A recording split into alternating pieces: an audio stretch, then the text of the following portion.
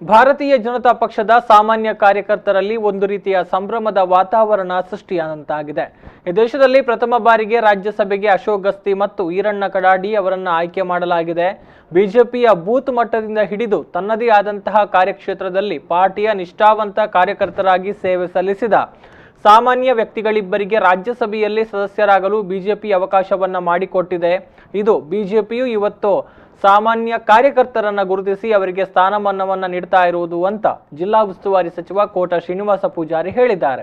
ಮಂಗಳೂರಿನಲ್ಲಿ ಸುದ್ದಿಗೋಷ್ಠಿ ನಡೆಸಿ ಮಾತನಾಡಿದ ಅವರು, ಈ ಇಬ್ಬರು ಸಾಮಾನ್ಯ ಕಾರ್ಯಕರ್ತರನ್ನ ರಾಜ್ಯಸಭೆಗೆ ನಾಮನಿರ್ದೇಶನ ಮಾಡಲು ಶಿಫಾರಸು ಮಾಡಿದಂತಹ ಬಿಜೆಪಿ ರಾಷ್ಟ್ರೀಯ ಅಧ್ಯಕ್ಷರಾದ ಜೆಪಿ ನಡ್ಡಾ ಸೇರಿದಂತೆ ಬಿಜೆಪಿ ಹಿರಿಯ ನಾಯಕ ವರಿಷ್ಠರಿಗೆ ಕಾರ್ಯಕರ್ತರ ಪರವಾಗಿ ಅಭಿನಂದನೆಗಳನ್ನು ಅರ್ಪಿಸ್ತೇನೆ ಅಂತ ಹೇಳಿದರು.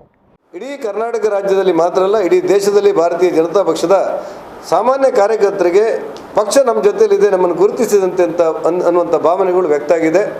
ಈ ಇಬ್ಬರು ಸಾಮಾನ್ಯ ಕಾರ್ಯಕರ್ತರನ್ನು ರಾಜ್ಯಸಭೆಗೆ ನಾಮನಿರ್ದೇಶನ ಮಾಡಲಿಕ್ಕೆ ಶಿಫಾರಸು ಮಾಡಿದ್ದಕ್ಕೋಸ್ಕರ ನಮ್ಮ ರಾಷ್ಟ್ರೀಯ ಅಧ್ಯಕ್ಷರಾಗಿರುವಂಥ ಸನ್ಮಾನ್ಯ ನಡ್ಡಾರವರು, ಹಿರಿಯರಾದ ಅಮಿತ್ ಶಾ ರವರು, ಪ್ರಧಾನಮಂತ್ರಿ ನರೇಂದ್ರ ಮೋದಿಯವರು ಮತ್ತು ಕರ್ನಾಟಕ ರಾಜ್ಯದ ಬಿಜೆಪಿ ಅಧ್ಯಕ್ಷರಾಗಿರುವ ನಳಿನ್ ಕುಮಾರ್ ಅವರು ಹಾಗೂ ಮುಖ್ಯಮಂತ್ರಿ ಯಡಿಯೂರಪ್ಪನವರಿಗೆ ಸಮಸ್ತ ಕರ್ನಾಟಕ ರಾಜ್ಯದ ಎಲ್ಲ ಕಾರ್ಯಕರ್ತರ ಪರವಾಗಿ ನಾನು ಅಭಿನಂದನೆಗಳನ್ನು ಸಲ್ಲಿಸ್ತೇನೆ. ಅವರ ನಿರ್ಧಾರಗಳು ನಮಗೆ ಹೆಮ್ಮೆ ಎನಿಸಿದೆ.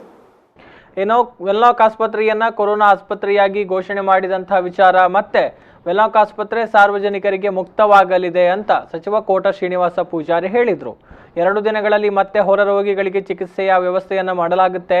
ವೆನ್ಲಾಕ್ ಆಸ್ಪತ್ರೆ ಕೊರೋನಾ ಆಸ್ಪತ್ರೆ ಎಂದು ಘೋಷಣೆಯಾದ ಬಳಿಕ ಜನಸಾಮಾನ್ಯರಿಗೆ ತೊಂದರೆಯಾಗಿದೆ.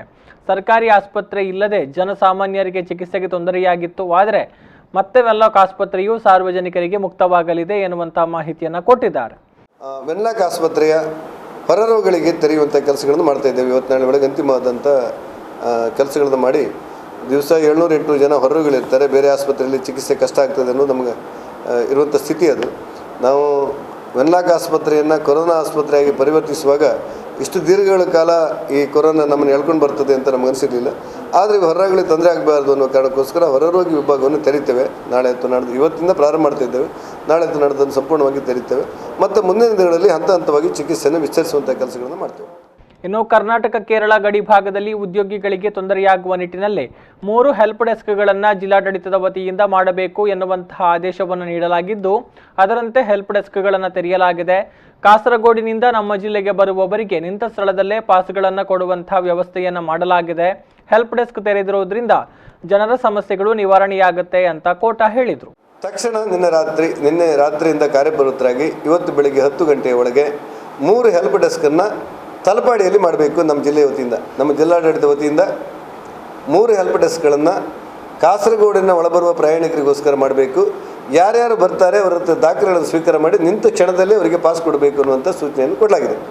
ಆ ಹಿನ್ನೆಲೆಯಲ್ಲಿ ಇವತ್ತು ನಮ್ಮ ಅಸಿಸ್ಟೆಂಟ್ ಕಮಿಷನರ್ ಅವರ ನೇತೃತ್ವದಲ್ಲಿ 3 ಹೆಲ್ಪ್ ಡೆಸ್ಕ್ಗಳು ಅಲ್ಲಿ ತಯಾರಾಗಿದೆ. ಯಾರ್ಯಾರು ಬಂದಿದ್ದಾರೆ ಅವರೆಲ್ಲರ ಸಮಸ್ಯೆಗಳು ಕೂಡ ಪರಿಹಾರ ಆಗಿದೆ.